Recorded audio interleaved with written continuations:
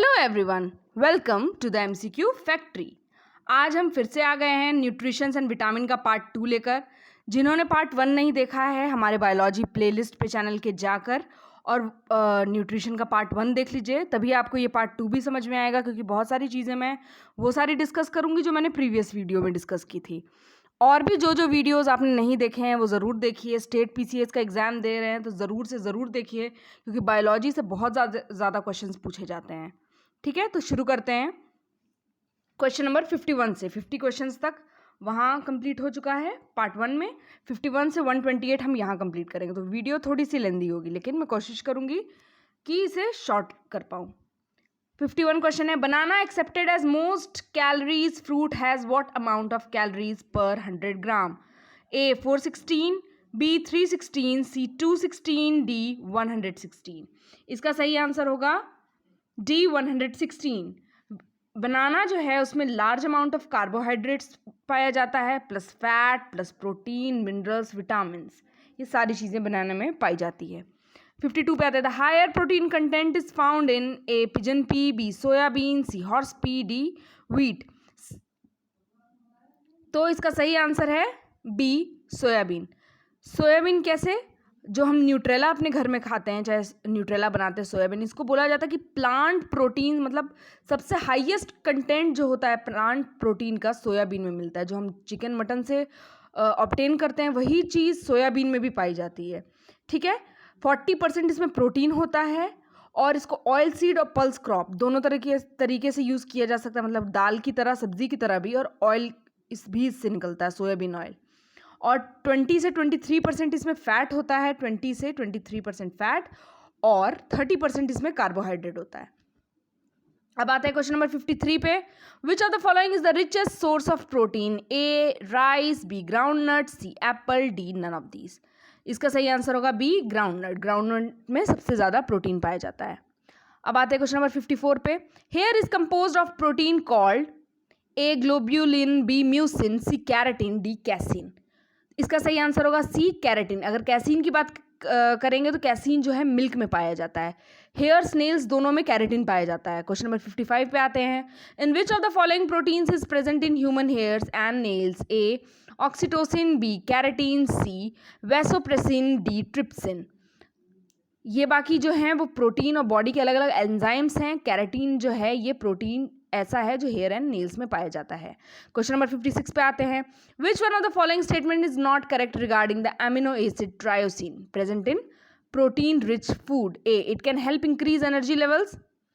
क्या पूछ रहा है? Not correct. ठीक है, ये नॉट को हमेशा ध्यान में रखना है, क्योंकि बिना नॉट पढ़े हम लोग बहुत सारे क्वेश्चंस को गलत कर देते हैं। तो नॉट करेक्ट इसमें पूछ रहा है। ठीक है, it can help increase energy levels, it can help with emotional and environmental stress, see it can combat depression, D it can protect against free radicals responsible for ageing. इसका सही answer होगा D. क्यों? क्योंकि जब tyrosine body में उसका lack होता है, डेफिशिएंसी होती है, तो लेजीनेस होता है। ठीक है, ये हेल्प करता है फिजिकल विजिलेंस और एनर्जी के लिए, लेकिन एजिंग से प्रोटेक्ट नहीं करता है, तो इसीलिए ये स्टेटमेंट गलत है। क्वेश्चन नंबर 57 पे आते हैं, the substance responsible for bread making quality in wheat is? A gluten, B globulin, C glycine, D lysine. बहुत बार हम लोगों ने सुना है कि आशीर्वाद आटा बहुत ज़्यादा स्ट्रेचेबल होता है, तो क्यों? क्योंकि इसमें ग्लूटेन की मात्रा बहुत ज़्यादा होती है, और ग्लूटेन जो होता है वो व्हीट में स्ट्रेच प्रोवाइड करता है, मतलब उसको स्ट्रेचेबल बना देता है, साथ ही साथ चूई भी लगता है वो चीज़। तो इस ब्रेड बनते वक्त ग्लूटेन की मात्रा उसमें बढ़ जाती है। ठीक है, एक प्रोटीन होता है जो डो को, आटे के इलास्टिसिटी प्रोवाइड करता है। आते हैं क्वेश्चन नंबर, इसका सही आंसर होगा A gluten. 58, daily energy required by a hard worker man is 3000 kilo calories, B 2700 kilo calories, C 4000, D 6000। तो इसका सही आंसर होगा सी 4000 किलो कैलोरीज। ठीक है, एक नॉर्मल वर्कर को 3500 से 4000 कैलोरी की ज़रूरत पड़ती है। How many calories are gained by drinking a glass of water? अब ये बहुत ही नॉर्मल एप्लीकेशन बेस्ड क्वेश्चन है, 0। क्यों? क्योंकि वाटर में 0 कैलोरीज होती है। 60, An essential constituent of diet is A starch, B glucose, C carbohydrates, D cellulose. तो इसका सही आंसर होगा C cellulose. एसेंशियल इसलिए है क्योंकि इसमें कार्बन, हाइड्रोजन, ऑक्सीजन सारी चीज़ें पाई जाती हैं. ठीक है. Question number 67. The major food fuel during exercise of long duration is C carbohydrate. मतलब आपको एनर्जी देता है क्या एक्सरसाइज के बाद? कार्बोहाइड्रेट. इसीलिए ये फूड फ्यूल होता है ड्यूरिंग लॉन्ग ड्यूरेशन एक्सरसाइजेस. ठीक है. क्वेश्चन नंबर 62 पर आते हैं. The element that maintains balance between acidity and alkalinity in our body is A phosphorus, B sodium, C potassium, D calcium. तो इसका सही आंसर है A फॉस्फोरस. फॉस्फोरस जो है हमारी बॉडी में फॉस्फेट के रूप में रहता है और ये एसिडिटी और एल्कलिनिटी में बैलेंस मेंटेन करता है. मतलब एसिड और बेसिक जो बॉडी के कॉन्स्टिट्यूएंट्स होते हैं उनके बीच में बैलेंस मेंटेन करता है. ना ज़्यादा एसिड को बढ़ने देता है, ना ज़्यादा बेस को बढ़ने देता है. क्वेश्चन नंबर 63 पे आते हैं. Which of the following compounds is not stored in human body? A glycogen, B amino acid, C fat, D tocopherol. सही आंसर इसका है B एमिनो एसिड. क्यों? फैट और स्टार्च जो है वो स्टोर हो जाते हैं बॉडी में, बट एमिनो एसिड नहीं हो पाता है. उनको रोज़ जो है बॉडी में डाइट के थ्रू लेना पड़ता है. ठीक है. और प्रोटीन जो है एक एमिनो एसिड का ही पॉलीमर है. क्वेश्चन नंबर 64 पे आते हैं. Among the following which fruit is rich source of iron? A jumbo, B करौंदा, C लौकत, D गुआवा. तो इसका सही आंसर है B करौंदा. करौंदा के बारे में अगर आपको बताना चाहूँ तो ये एक अचार बनाने का फ्रूट होता है. खट्टा होता है बहुत, विटामिन C में भी रिच होता है और आयरन में भी रिच होता है. ठीक है. और वुंड हील करने में भी हेल्प करता है. 65 पे आते हैं. Spinach leaves contain the highest amount of. बहुत कॉमन सेंस का क्वेश्चन है. A vitamin, B iron, C fat, D carbohydrate. सही आंसर है B iron. Question number 66. Which one of the following is a rich source of iron? A carrot, B pea, C rice, D spinach. तो पता है सही answer क्या होगा इसका? Spinach. D. Iron content is found maximum in A beans, B eggs, C green vegetables, D milk. Of course, green vegetables. 68 का. Grains of basmati gets elongated on being cooked because of higher content of A lysine, B amylose, C sugar, D oil. Basmati rice के जो grains होते हैं वो जैसे ही उन्हें cook किया जाता है लंबे लंबे हो जाते हैं, स्टिकी भी नहीं होते हैं, खिले खिले बिल्कुल चावल बनते हैं. तो किस वजह से बनते हैं? तो इसका सही आंसर होगा B एमिलोज. ठीक है. इसके बारे में बता देती हूँ आपको. एमिलोज जो होता है ये जो राइस होता है उसको स्टिकी बनाने में से प्रिवेंट करता है. ये स्टिकी नहीं बनने देता है. और वहीं जो दूसरे तरीके के राइसेस होते हैं, एमिलोज का जो ये फॉर्म है ये बासमती राइस में बहुत ज़्यादा पाया जाता है. इसी वजह से ये बासमती राइस जो है कम स्टिकी बनता है. ठीक है. राइस जो होता है स्टार्च होता है. ठीक है. एक तरीके से दो तरीके के स्टार्च राइस में पाए जाते हैं, एमिलोज और एमिलोपेक्टिन. तो राइस में एमिलोज की मात्रा बहुत ज़्यादा होती है बासमती राइस में, और दूसरे राइसेस में एमिलोपेक्टिन ज़्यादा होता है जो राइस को खिला खिला नहीं बनने देता है, स्टिकी बना देता है. ठीक है. अब आते हैं क्वेश्चन नंबर 69 पे. Among the following presence of which brings sweetness in milk? A माइक्रोज, B lactose, C sucrose, D keratin. तो इसका सही आंसर होगा लैक्टोज. ठीक है. लैक्टोज एक तरीके का ग्लूकोज है. ग्लूकोज प्लस गैलेक्टोज को लैक्टोज बोला जाता है. ठीक है. क्वेश्चन नंबर 70 पे आते हैं. Which bacteria cause milk to spoil? A Aspergillus, B Staphylococcus, C Pseudomonas, D Lactobacillus. इसका सही आंसर होगा D लैक्टोबैसिलस. लैक्टोबैसिलस जो है ऐसा बैक्टीरिया है जो हमारे इंटेस्टाइन में भी पाया जाता है. अच्छा बैक्टीरिया भी होता है. ठीक है. ये लैक्टोज यूज़ करता है एनर्जी जनरेट करने के लिए और लैक्टिक एसिड रिलीज करता है. यही लैक्टोबैसिलस जो बैक्टीरिया है ये कोलेस्ट्रॉल भी कंट्रोल करने में हेल्प करता है. ठीक है. लेकिन मिल्क को ये खट्टा बना देता है. Question number 71. Which of the following converts milk into curd? कौन सा बैक्टीरिया होता है? लैक्टोबैसिलस. तो बैक्टीरिया होता है वो, तो इसलिए ए इसका सही आंसर है. Cow's milk is slightly yellow in colour due to the presence of A xanthophyll, B riboflavin, C vitamin B12, D carotene. इसका सही आंसर होगा D कैरेटिन. अगर आप लोगों ने इससे पहले चैप्टर पढ़ा होगा, प्रीवियस वीडियोस देखे होंगे, तो उसमें यहाँ ये भी मेंशन मैंने किया था कि कैरेटिन किस में पाया जाता है। तो कैरेटिन जो है कैरेट में पाया जाता है, और वही कैरेटिन यहाँ आप देखिए काऊ के मिल्क में भी पाया जाता है। मतलब जो कलर इसका येलोइश कलर प्रोवाइड किया जाता है वो कैरेटिन की वजह से होता है, ठीक है। और वाइट कलर जो होता है काऊ के मिल्क का वो कैसीन की वजह से होता है। Cow milk is yellowish white in colour due to the presence of same A. Casein, B. Lactose, C. Carotene together with casein, D. Butyric acid together with lactose। तो यहाँ पर सिर्फ कैरेटीन नहीं है, कैरेटीन टुगेदर विद कैसीन भी है। क्यों? क्योंकि काऊ का मिल्क का कलर वाइट होता है और थोड़ा उसमें कैरेटीन की मात्रा होती है तो वो येलोइश दिखने लगता है। तो कैरेटीन और कैसीन, कैसीन जो है वाइट कलर प्रोवाइड करता है, और यही कैरेटीन जो होता है ये बफेलो के मिल्क में नहीं अवेलेबल होता है। तो इसी वजह से बफेलो का मिल्क जो होता है ज़्यादा वाइट दिखता है काऊ के मिल्क के कंपैरिजन में, ठीक है। अब आते हैं क्वेश्चन नंबर 74 पे। What is the average fat content of buffalo milk? A 7.2, B 4.5, C 9.0, D 10%।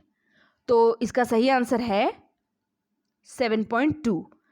और काऊ के मिल्क में यही चीज़ जो है फैट कंटेंट जो है 3.5 to 4% होता है। इसीलिए अगर आपको डाइटिंग करनी है तो काऊ मिल्क आपको सजेस्ट किया जाता है। क्वेश्चन नंबर 75 पे आते हैं। Which of the following food material does not contain all essential amino acids? A rice, B milk, C egg, D soybean. तो इसका सही आंसर होगा A rice. Milk protein is digested by which of the following? Milk protein is digested by which of the following enzyme? A. Pepsin, B. Trypsin, C. Renin, D. Erepsin। इसका सही answer होगा C. Rennin. Rennin के बारे में बताती हूँ। Rennin बहुत important role play करता है छोटे बच्चे जो होते हैं ना उनके बॉडी में मिल्क को डाइजेस्ट करने में। जो छोटे छोटे बच्चे होते हैं तो रेनिन रोल प्ले करता है उनके मिल्क को डाइजेस्ट करने में। स्टमक में प्रोड्यूस होता है, और जब कोई भी बच्चे का बर्थ होता है तब ये बहुत ज़्यादा मात्रा में सिक्रीट करता है ताकि जो भी वो दूध पीते हैं वो उनको जल्दी डाइजेस्ट हो जाए, ठीक है। और बता देती हूँ कि मिल्क जो है poor source of vitamin C होता है, और ये क्वेश्चन जो है बीपीएससी 66 में भी पूछा गया है कि पुअर सोर्स होता है विटामिन सी का, और रिच सोर्स होता है विटामिन बी का, ठीक है। विटामिन बी सबसे ज़्यादा मिल्क में पाया जाता है। अब क्वेश्चन नंबर 77, अभी मैंने बताया था casein is milk, A bacterium, B sugar, C protein, D fat. तो कैसीन क्या है? एक तरीके का प्रोटीन है, ठीक है। इसको फॉस्फोप्रोटीन बोला जाता है, मतलब प्रोटीन प्लस फॉस्फेट, इसीलिए फॉस्फोप्रोटीन होता है। तो इसलिए कैसीन एक प्रोटीन है। White colour of milk is due to the presence of lactose, B albumins, C keratin, D casein. सही आंसर क्या है इसका? D casein. Which of the following protein is found in milk? कौन सा protein पाया जाता है? Agglutinin, B casein, C myosin, D haemoglobin. अभी मैंने बताया था कि फॉस्फोप्रोटीन होता है कैसीन, तो इसीलिए इसका सही आंसर है कैसीन। अब आप देख रहे हैं कि मिल्क का क्वेश्चन बार बार रिपीट किया जा रहा है, तो ध्यान से मिल्क का टॉपिक आप अच्छे से पढ़ लीजिए और ये मार्क कर लीजिए कि एक ना एक क्वेश्चन तो ज़रूर पीसीएस एग्जाम में आएगा ही इससे। Question number 80, the tissues are formed in body by A fat, B carbohydrate, C protein, D vitamins. तो इसका सही आंसर होगा सी प्रोटीन। अब इसके बारे में डिस्कस कर लेते हैं कि कैसे प्रोटीन जो है टिश्यू फॉर्म करने में हेल्प करता है। प्रोटीन को बिल्डिंग ब्लॉक भी बोला जाता है सेल का, ठीक है। ये सेल का के स्ट्रक्चर, फंक्शन, रेगुलेशन, इन सारी चीज़ों में हेल्प करता है, और ये बॉडीज़ का टिश्यू और ऑर्गन बनाने में भी हेल्प करता है, ठीक है। 17% ऑफ बॉडी वेट हमारा प्रोटीन कंप्राइज करता है, ठीक है। प्रोटीन एक ऑर्गेनिक कंपोनेंट है जिसमें नाइट्रोजन, कार्बन, हाइड्रोजन और ऑक्सीजन सारी चीज़ें पाई जाती हैं, ठीक है। प्राइमरी बिल्डिंग ब्लॉक है बोन, मसल, स्किन, टिश्यूज़ का, और जब प्रोटीन की डेफिशिएंसी होती है तब स्लो ग्रोथ होती है बॉडी की। इसीलिए बोला जाता है कि अधिक मात्रा में प्रोटीन लीजिए ताकि बॉडी अच्छी तरीके से ग्रो करे। अब यही चीज़ जो मैंने अभी बताई है यहाँ क्वेश्चन में पूछी गई है। The slow growth of human body is cause due to the deficiency of which of the following? तो इसका सही आंसर होगा protein. Ribosomes are A DNA, B RNA, C protein, D none of these. तो इसका सही answer होगा B RNA. Question number 83 पे आते हैं. Which one of the following biotransformation provides maximum energy to the human body? A ADP से AMP, B ATP से ADP, C ADP से एटीपी, डी एएमपी से एडीपी. तो इसका सही आंसर होगा एटीपी से एडीबी.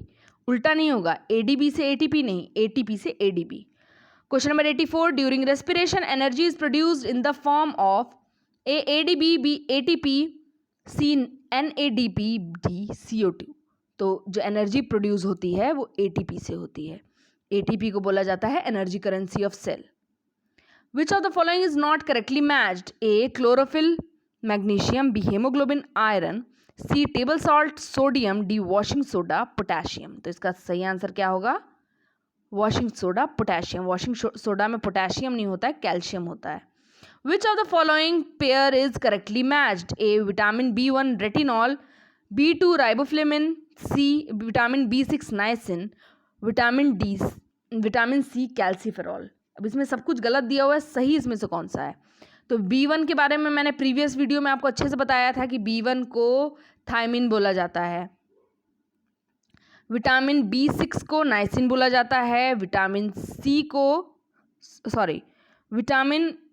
C को एस्कॉर्बिक एसिड बोला जाता है, विटामिन B3 को नाइसिन बोला जाता है, B6 को नाइसिन नहीं बोला जाता है, और विटामिन B2 को राइबोफ्लेविन ही बोला जाता है. तो इसीलिए बी इसका आंसर सही है.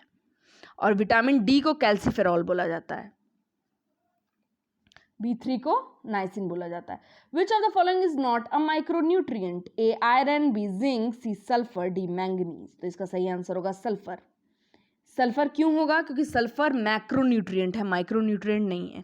और जो ये क्वेश्चंस नहीं सॉल्व कर पा रहे हैं मेरे साथ साथ, वो प्लीज़ एक बार जाके एनसीईआरटी पढ़िए. आपको बहुत सारी चीज़ें आपकी कवर अप हो जाएंगी और आप आराम से सारे क्वेश्चन सॉल्व कर पाएंगे और एग्जाम में भी अच्छा स्कोर कर पाएंगे. तो एक बार एनसीईआरटी ज़रूर देख लीजिए.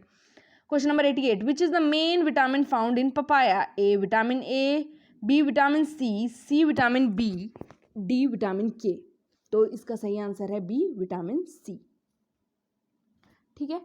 इसके बारे में है कि इसको पोर्टुगीज़ लोगों ने बोला था फ्रूट ऑफ एंजल. ये विटामिन ए में भी रिच होता है, मैग्नीशियम में भी, पोटेशियम में भी. अब आते हैं क्वेश्चन नंबर 89 पे. Which of the following is not a natural source of vitamin A? A mango, B papaya, C carrot, D milk. तो इसका सही आंसर होगा डी मिल्क. क्यों? क्योंकि मिल्क में विटामिन ए पाया तो जाता है लेकिन बहुत ज़्यादा नहीं मात्रा में नहीं पाया जाता है, इसीलिए इसका आंसर होगा D milk. 90. Alpha keratin is a protein present in A blood, B skin, C lymph, D egg. तो इसका सही आंसर होगा बी स्किन.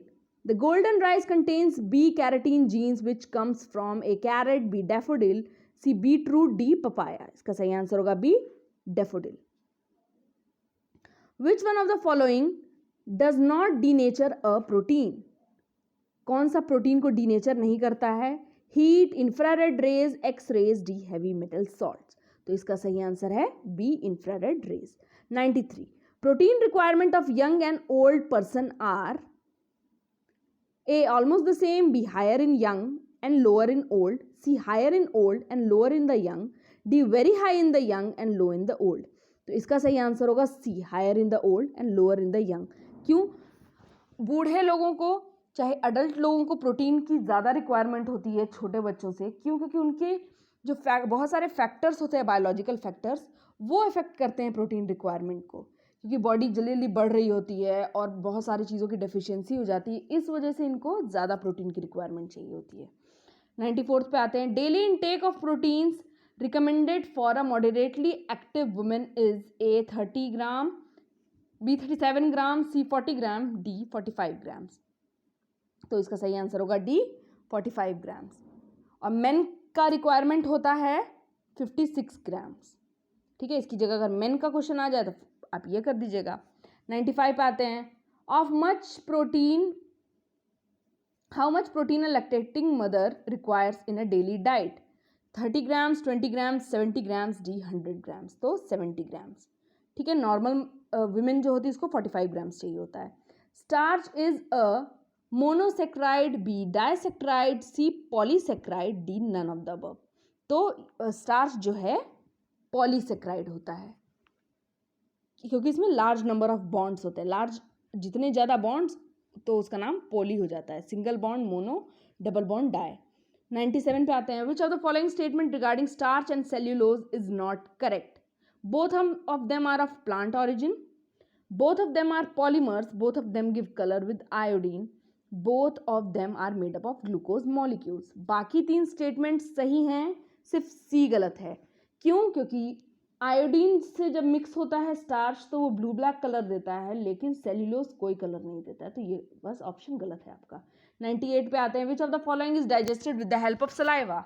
अगर आपने डाइजेशन चैप्टर पढ़ा होगा अपने एनसीईआरटी में तो आपको पता होगा कि इसका सही आंसर स्टार्च होना चाहिए।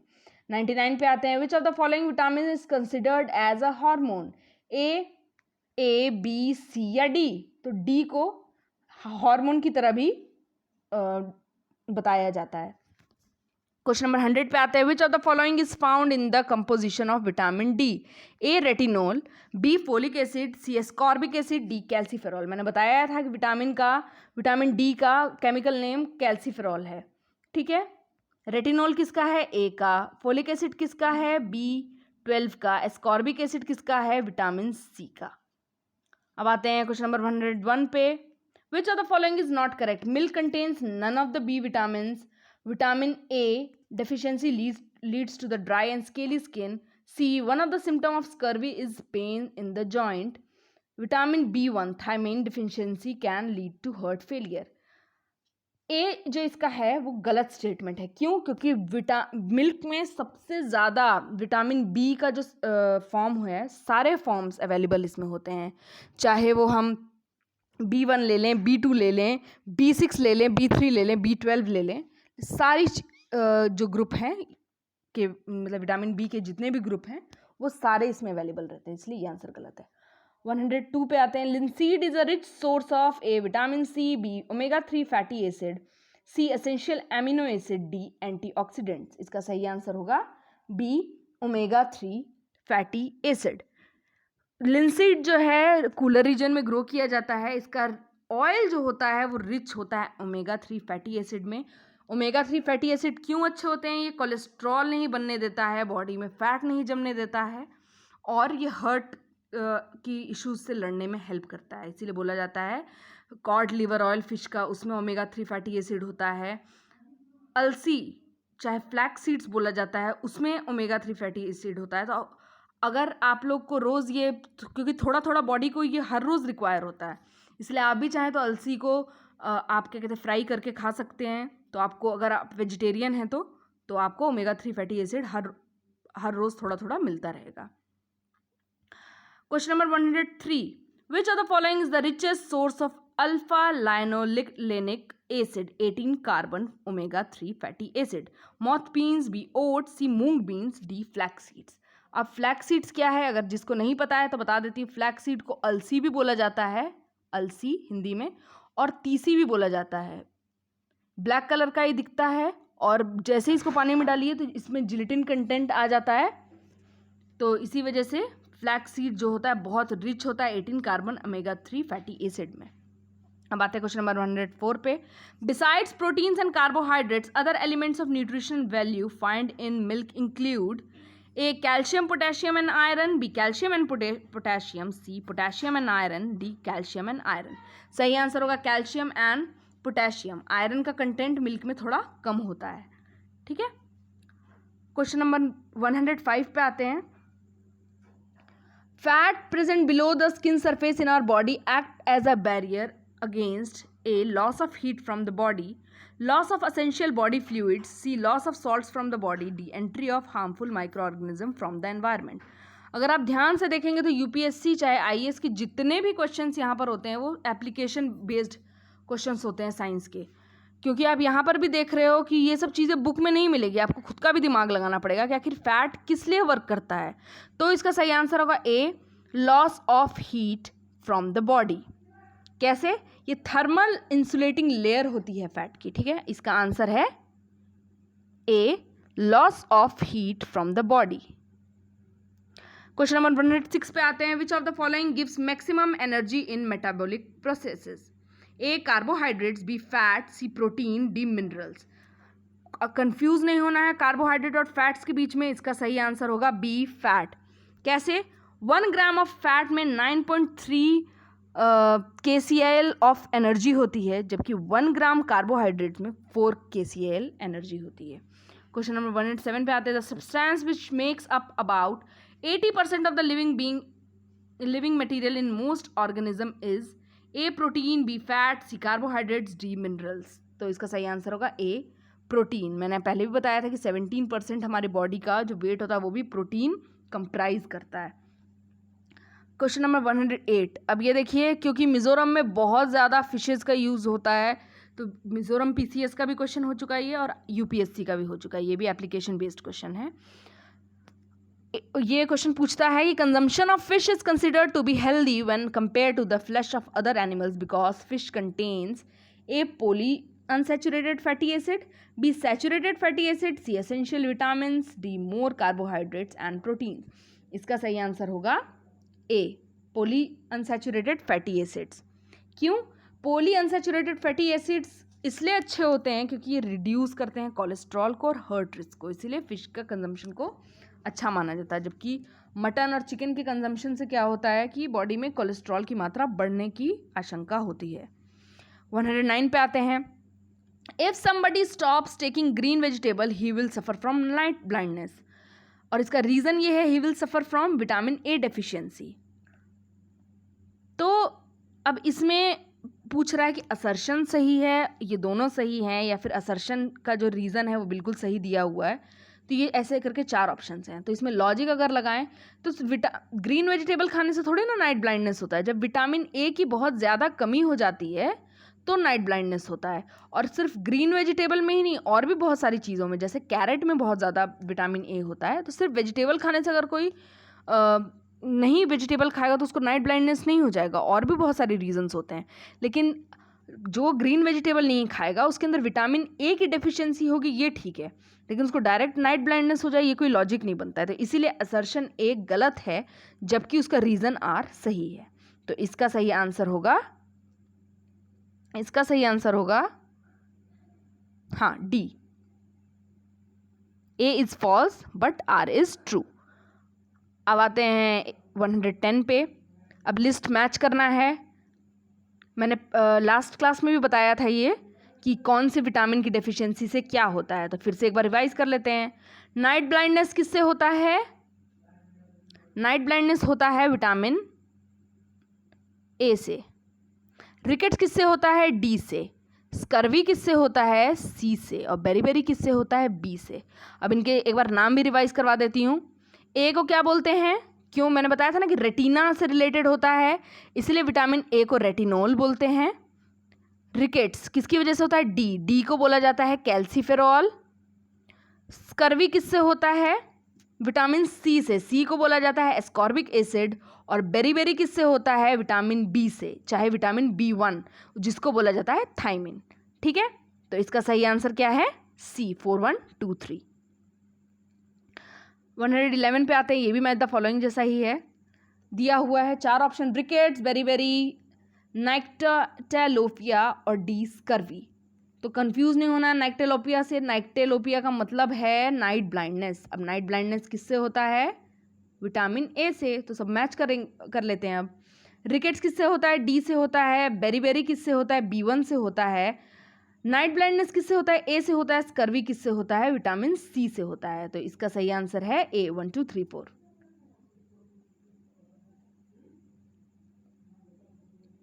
ठीक है, 112 पे आते हैं। Match list. अब ये लिस्ट मैच करनी है। सारे विटामिन एक तरफ दिए हुए हैं, उनकी डेफिशिएंसी से होने वाली प्रॉब्लम्स दी हुई। विटामिन सी की डेफिशिएंसी से क्या होता है? अभी बताया था, स्कर्वी होता है।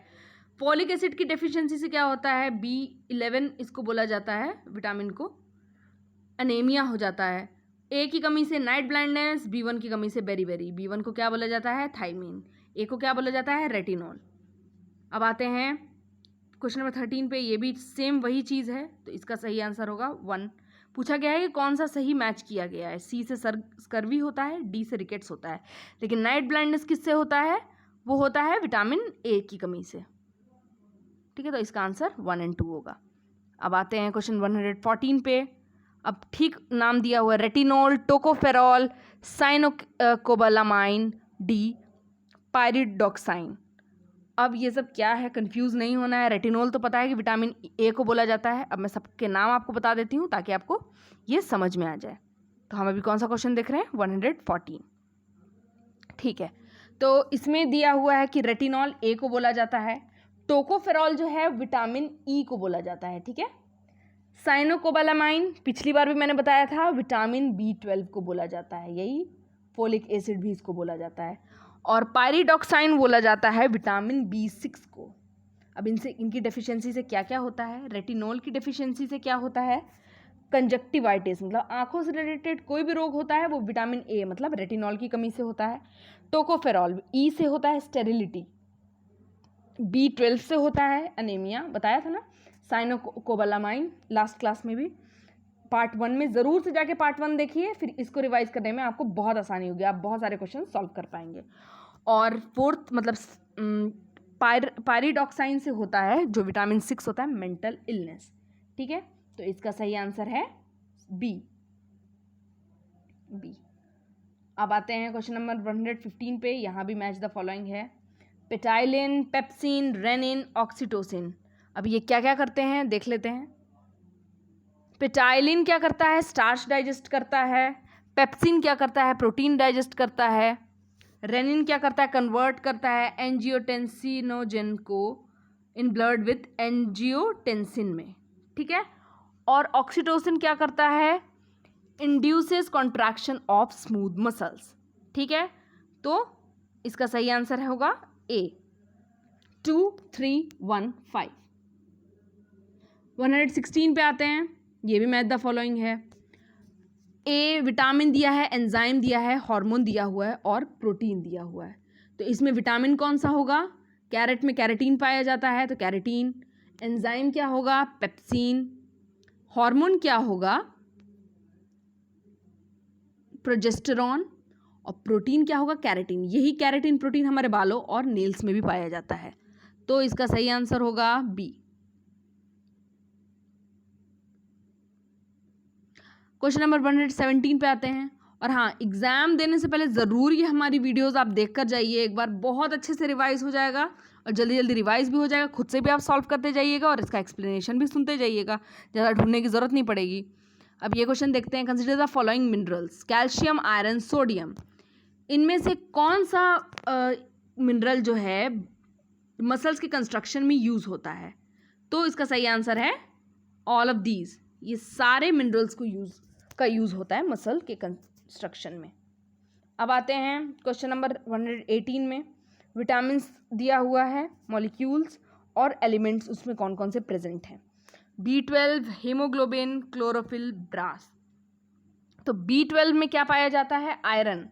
इसी की डेफिशिएंसी से अनेमिया होता है। ठीक है, मैंने पहले भी बताया था। हीमोग्लोबिन जो है आयरन की डेफिशिएंसी से, मतलब उसमें एलिमेंट प्रेजेंट रहता है आयरन, और इसकी डेफिशिएंसी हो जाती है तो अनेमिया हो जाता है। B12 की डेफिशिएंसी हो जाती है तो क्लोरोफिल। अब क्लोरोफिल के बारे में जानते हैं। क्लोरोफिल होता है मैग्नीशियम उसमें प्रेजेंट रहता है, ब्रास में कॉपर प्रेजेंट रहता है और विटामिन B12 में कोबाल्ट प्रेजेंट रहता है। ठीक है, तो इसका सही आंसर है ए, 2413। 119 पे आते हैं, विटामिन B12 सेम और चैल्कोपाइराइड। तो वही सारी चीज़ें यहाँ भी रिपीट हो रही हैं। B12 में कोबाल्ट होता है, हीमोग्लोबिन में आयरन होता है, क्लोरोफिल में मैग्नीशियम होता है और चैल्कोपाइराइट में कॉपर होता है, इसको ब्रास भी बोल सकते हैं। ठीक है, तो इसका सही आंसर होगा ए। अब आते हैं नेक्स्ट क्वेश्चन पे, 120 पे। Vitamin B1, B2, B6, B12 दिया हुआ है और इनके साइंटिफिक नेम्स भी दिए हुए हैं।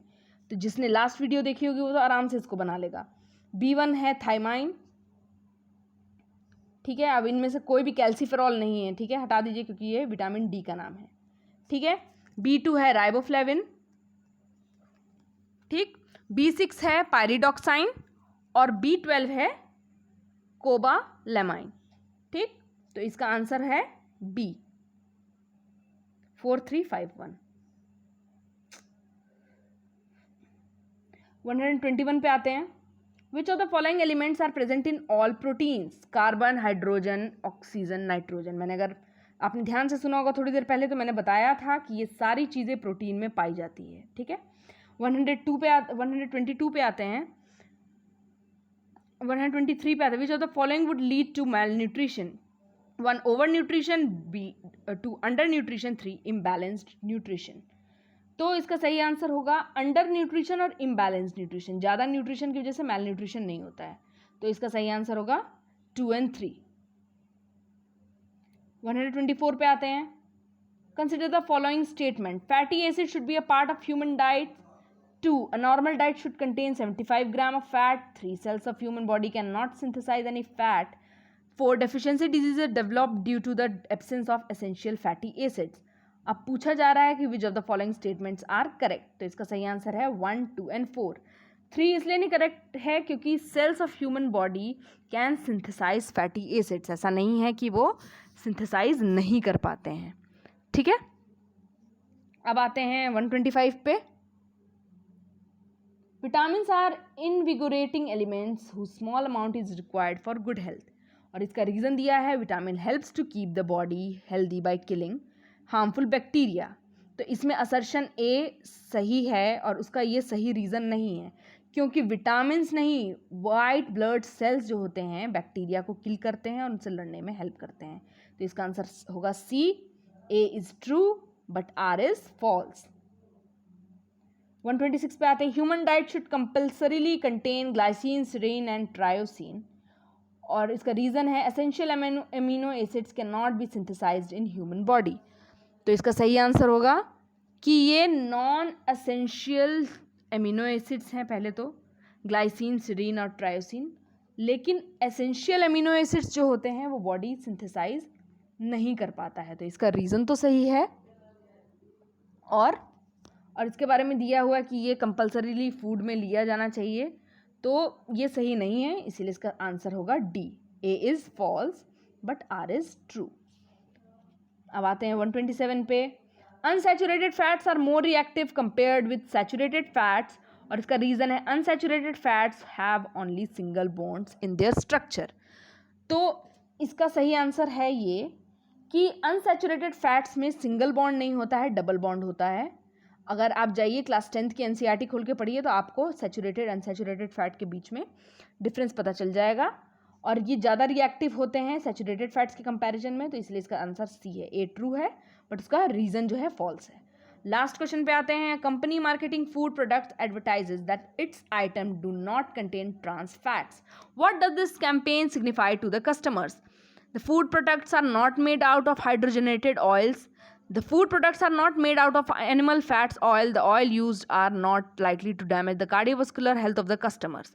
तो इसका सही आंसर है डी, सारे के सारे इसमें सही हैं। ट्रांस फैट का क्या मतलब होता है कि ये जो भी चीज़ें अभी यहाँ स्टेटमेंट्स दी हुई हैं वो ट्रांस फैट्स में अवेलेबल नहीं होती है। ठीक है, ट्रांस फैट्स क्यों हार्मफुल होते हैं? ये बैड कोलेस्ट्रॉल बढ़ाते हैं, हार्ट डिजीज़ क्रिएट करते हैं। जो भी एनिमल फैट और हाइड्रोजनेटेड ऑयल्स होते हैं इनमें ट्रांस फैट्स होते हैं जो बॉडी के लिए अच्छा नहीं होता है। तो यहीं पे हम अपना वीडियो आज का ख़त्म करते हैं। नेक्स्ट वीडियो में डिजीज़ेज़ होगा, जाके ज़रूर देखिए, पुराने वीडियोस को भी देखिए, न्यू वीडियोस के लिए भी अगर आपको वेट करना है तो प्लीज़ हमारे चैनल को सब्सक्राइब करिए फ्यूचर नोटिफिकेशन पाने के लिए। Thank you so much.